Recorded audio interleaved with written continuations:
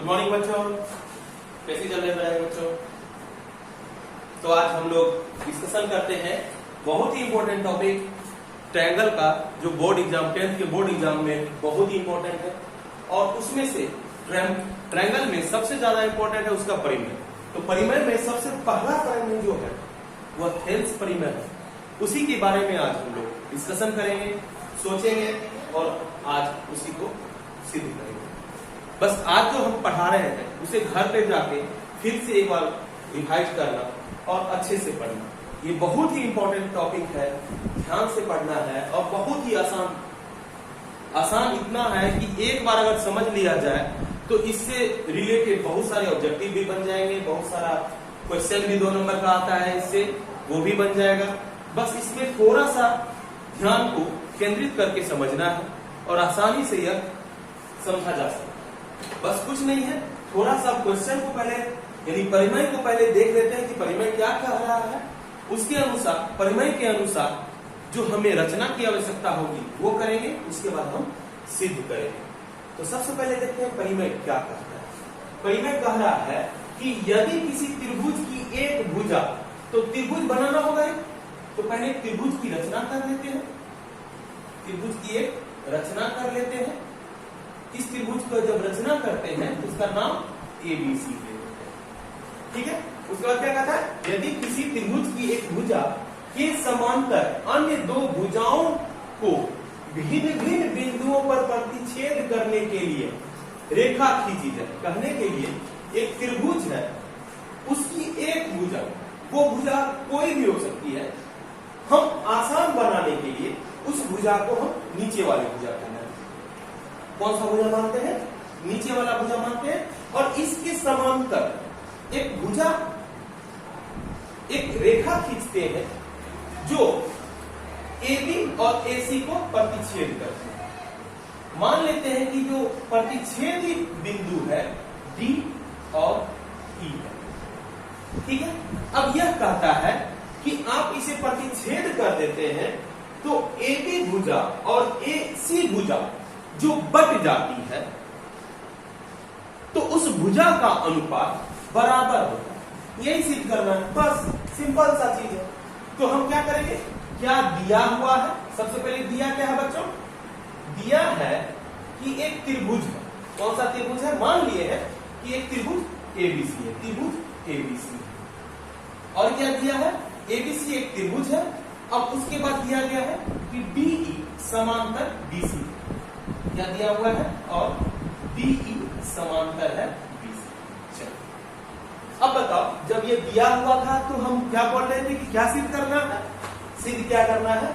हम अभी बोले कि DE जब BC के समांतर है तो इस भुजा का अनुपात और इस भुजा का अनुपात बराबर होता है। कहने का मतलब यानी सिद्ध करना है कि AD by DB is equal to AE by EC। ये सिद्ध करना है। तो अब सोचो होता क्या है कि जब हम सिद्ध करने जा रहे हैं और खासकर ट्रायंगल यानी एक कहें तो ज्यामिति का एक चैप्टर है, तो आवश्यकता अनुसार हम रचना भी करते हैं। अब क्या करना चाहिए रचना में, थोड़ा सा अगर देखें तो रचना में हम त्रिभुज का जो सबसे पहला कॉन्सेप्ट, पहला थ्योरी जो क्षेत्रफल के लिए पढ़ते हैं, त्रिभुज का जो क्षेत्रफल होता है क्या होता है, 1/2 आधार गुना ऊंचाई।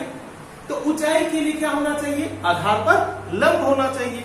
तो रचना में हम लंब को दर्शाएंगे। रचना में क्या दर्शाएंगे, लंब को दर्शाएंगे। तो यहां पर हम 2 भुजा को अभी आधार मानेंगे, एक भुजा AB है और एक भुजा AC है।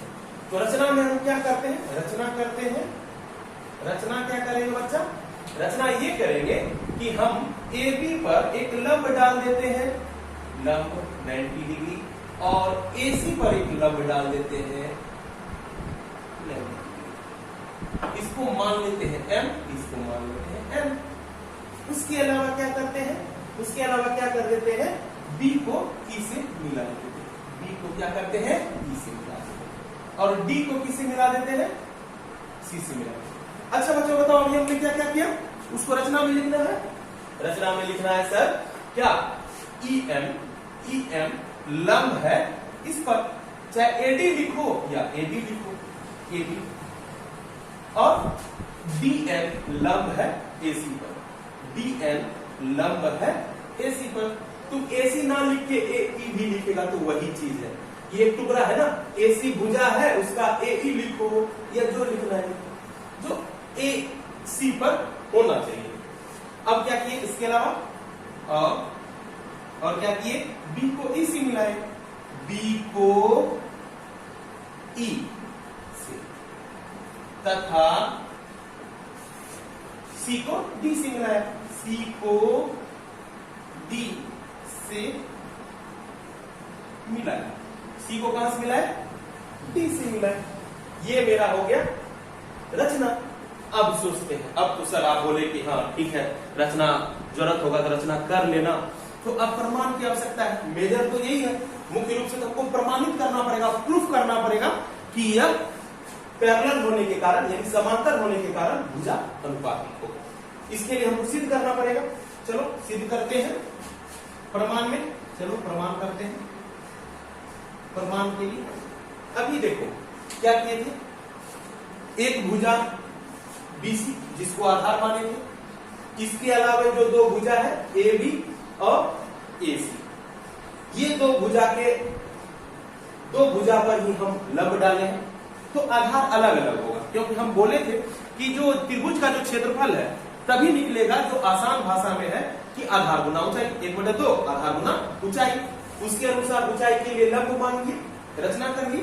अब हम करते हैं, क्या करते हैं, आधार मान लेते हैं। आधार क्या मानते हैं, आधार AB के लिए। आधार किसके लिए, AB के लिए, AB के लिए। अब ये सोचो कि AB पर हम क्या करते हैं, इस आधार को अलग में दर्शा देते हैं, AB। अब क्या बताओ, आधार AB पर कौन कौन, AB से बाहर एक बिंदु कौन सा है, E, ठीक है, ये E बिंदु है। और E से कौन कौन सी रेखा खींची जा रही है, E से एक रेखा D की ओर जाती है, एक रेखा M की ओर जाती है। M तो लंबवत है और D ऐसे, D ये हो गया M, ये 90 डिग्री है। अब क्या करते हैं, अब ये करते हैं, हम जो त्रिभुज मान रहे हैं, यहाँ पे दो त्रिभुज बन रहा है, एक त्रिभुज मान रहे हैं ADE तथा दूसरा त्रिभुज बन रहा है ADE मान लिए। अब दूसरा त्रिभुज क्या है, AEB में, त्रिभुज AEB में, ठीक है। अब देखो क्या करना है, हमें क्षेत्रफल निकालना है और क्षेत्रफल निकाल के इसे अनुपात में लिखना है। तो निकालते हैं क्षेत्रफल का अनुपात। क्षेत्रफल को एरिया शॉर्ट में लिखते हैं, एरिया ऑफ ट्रायंगल ADE अनुपात एरिया ऑफ ट्रायंगल AEB। क्या होता है, अभी बोले ये कि त्रिभुज का जो क्षेत्रफल होता है 1/2 आधार गुना ऊंचाई होता है, 1/2 आधार गुना ऊंचाई, 1/2 किसका आधार, ADE, ADE आधार ये हो गया, आधार क्या है, AD, आधार AD। ऊंचाई क्या होगा, AD का ऊंचाई हमेशा लंब EM, लंब क्या हो गया EM। अब बात उठता है किसका, AEB, सॉरी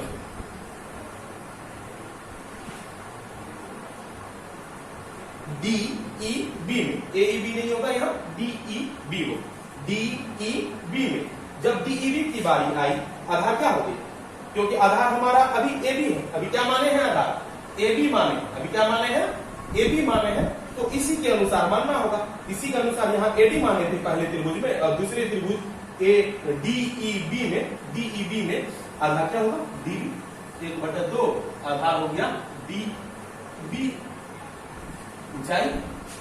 ऊंचाई क्या होगा, इसको थोड़ा सा समझ लेते हैं। होता क्या है, हम इससे पहले की कक्षा में पढ़ चुके हैं, जब कोई रेखा, अभी हम मानेंगे ये आधार है, जब कोई रेखा पर कोई बाहरी बिंदु से जितनी भी रेखा खींची जाए, उस बाहरी बिंदु के कारण केवल एक ही लंब होता है। कहने का मतलब कि आप, ये बाहरी पॉइंट है ना AB के लिए, ये क्या है, बाहरी बिंदु है, इससे जितनी भी रेखा इस लाइन पर खींचो, इस लाइन पर तुमको जितना मन में आए उतना खींचो, परंतु क्या होगा, लंब एक ही होगा। लंब क्या होगा, एक ही होगा। तो कहने का मतलब यह हुआ आधार, ये हो गया बाहरी बिंदु, ये क्या हो गया आधार, ये क्या हो गया बाहरी बिंदु। तो बाहरी बिंदु से तुमको जितना मन है उतना लाइन खींचो, लेकिन क्या होगा, लंब कितना होगा, एक होगा। और वो लंब क्या है, EM। जब लंब EM है तो इधर इसका भी लंब यही होगा, इसका भी लंब यही होगा। आधार गुना ऊंचाई, ऊंचाई क्या होता है, लंब के रूप में होता है। तो EM क्या होगा, ये EM कर गया 1/2 कर दिया। तो क्या बचेगा, अब बताओ, इसे हम इक्वेशन के रूप में लिखते हैं। त्रिभुज ADE, area of triangle DEB, ADE और DEB क्या हो जाएगा, AD बाय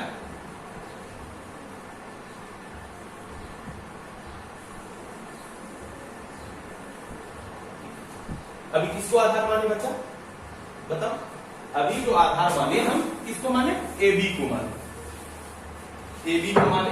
हम बोले AB एक आधार है और दूसरा आधार AC है। क्यों, तीसरा आधार तो मान ही लिए है ना कि BC एक आधार है जिसके समांतर में ये रेखा खींचना है। तो बचा कौन सा आधार, दो आधार बचा, AB और AC।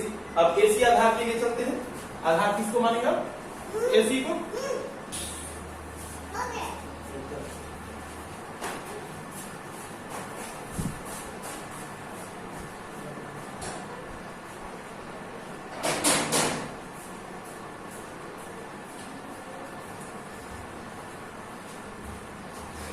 परेशान हो जाते हैं बच्चे। तो क्या हो गया, अब आधार क्या हो जाएंगे, AC। आधार किसको मानेंगे, AC के लिए।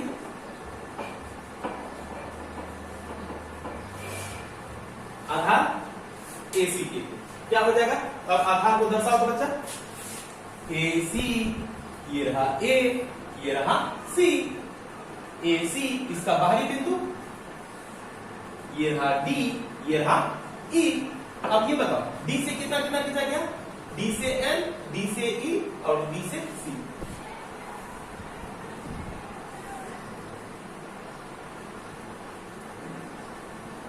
ठीक है, अब ये बताओ कि क्या होगा, त्रिभुज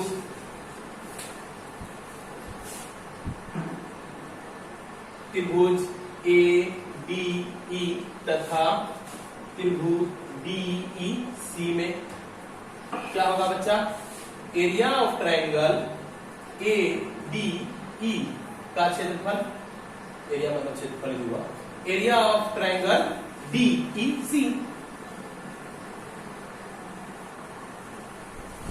क्या बात हुई थी, त्रिभुज का क्षेत्रफल क्या होता है बताओ, 1/2 आधार गुना ऊंचाई, 1/2 आधार गुना ऊंचाई।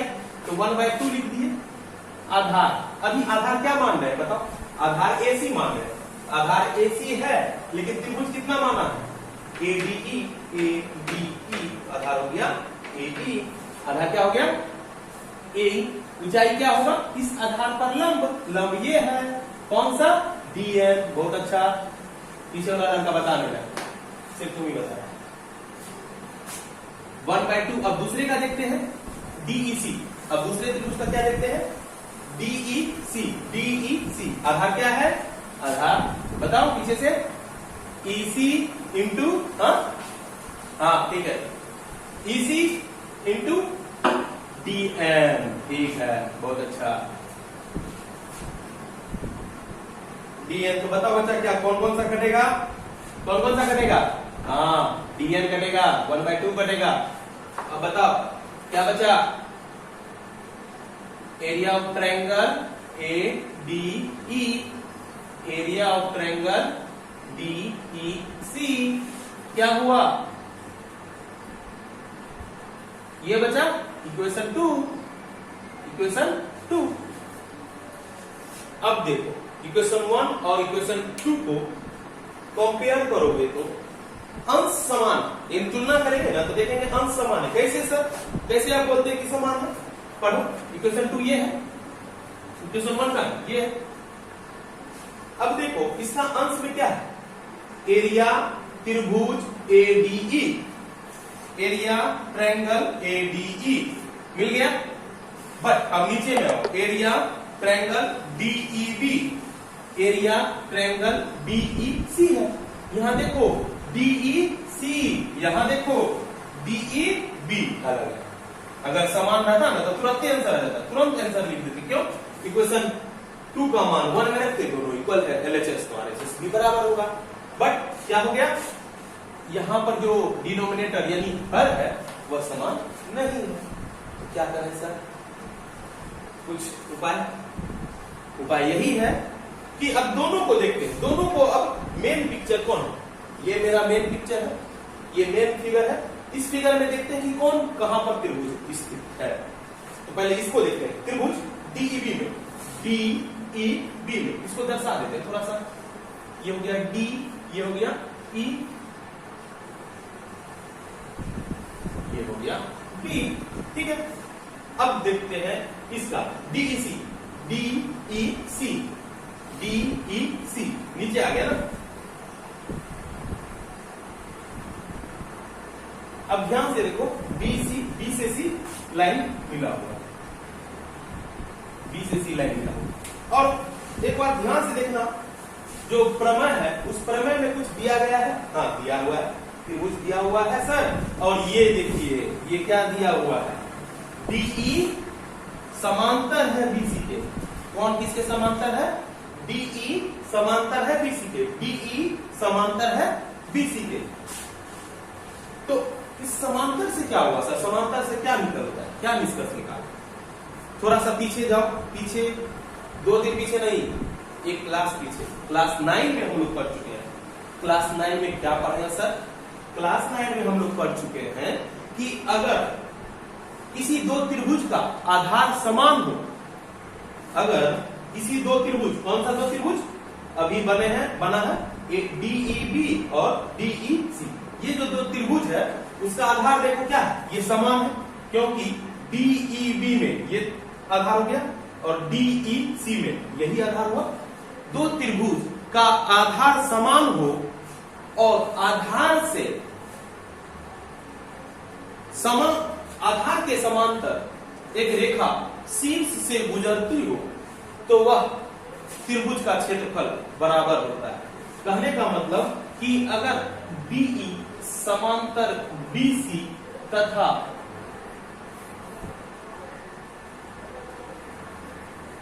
त्रिभुज डीईबी और त्रिभुज डीईबी और डीईसी का आधार समान हो